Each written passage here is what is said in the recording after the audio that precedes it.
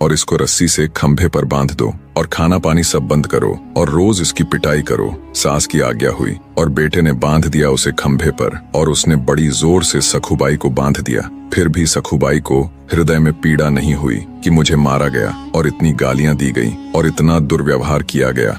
वह यह सोच रही थी कि हे कृष्ण, आज पहली बार मुझे भक्तों के बीच कितना सुख मिला। भक्त मंडली में मुझे नाचने को मिला। आपके दर्शन को जाना था, लेकिन अब मेरी सामर्थ्य नहीं कि मैं इस जन्म में इस नरक से निकल सकूं।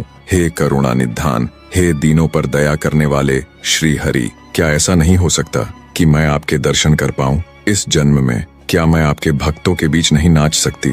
हे करुणा निधान, आपके लिए दुर्लभ क्या है? आप सब कुछ कर सकते हो। ऐसा कह कह के वह आंसू बहा रही थी और श्री हरि का आंतरिक चिंतन कर रही है। ये सब देख श्री हरि को चैन कैसे पड़ सकता है। रुक्मिणी जी ने देखा कि प्रभु के चेहरे पर उदासी और चिंता। नाथ, आपका चिंतन करने से सबकी चिंता खत्म हो जाती है। आप चिंता में कैसे? हमें लगता है जब जब आप चिंता में होते हैं तो कोई भक्त कष्ट में है। हाँ देवी, एक भक्त है, पूछो मत कितना पीटा गया, कितना क्लेश दिया गया। वो हमसे मिलना चाहती है और उसको बांध दिया गया है। भक्त की पुकार से मेरा हृदय जल रहा है। सखुबाई मुझे पुकार रही है। रुक्मिणी से भगवान ने कहा, मैं जा रहा हूँ, थोड़ा समय लगेगा। ये भक्त ऐसा नहीं है कि दर्शन देकर आ जाऊं। रुक्मिणी ने कहा, ठीक है भगवान। फिर भगवान ने तत्काल एक सुंदर नवयुवती का रूप धारण किया और पहुंच गए सखुबाई के पास। सखुबाई को देखा, उसकी आंखों में आंसू और भगवान का चिंतन कर रही है। जैसे सखुबाई ने आंखें खोली,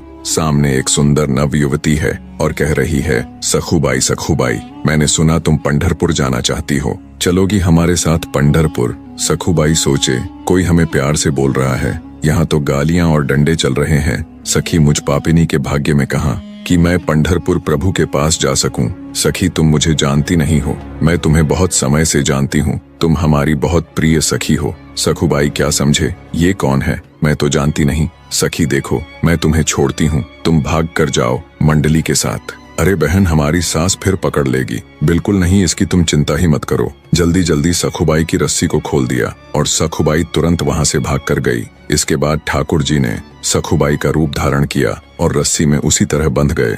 ये है ठाकुर जी की कृपा। यदि भक्त इनके लिए बंधता है तो ये भक्त के लिए बंध सकते हैं। सखुबाई का पति और सास तो रोज उसे मारते थे। उनको थोड़ी पता है कि ये ठाकुर जी है। उन्होंने खूब ठाकुर जी की पिटाई की, जो तीनों लोकों के स्वामी हैं और सच्चिदानंद भगवान है। वह एक साधारण स्त्री रूप में बंधे हैं। इधर सखुबाई भक्तों के संग आनंदित होकर श्री हरि ठाकुर जी के पास जा रही है।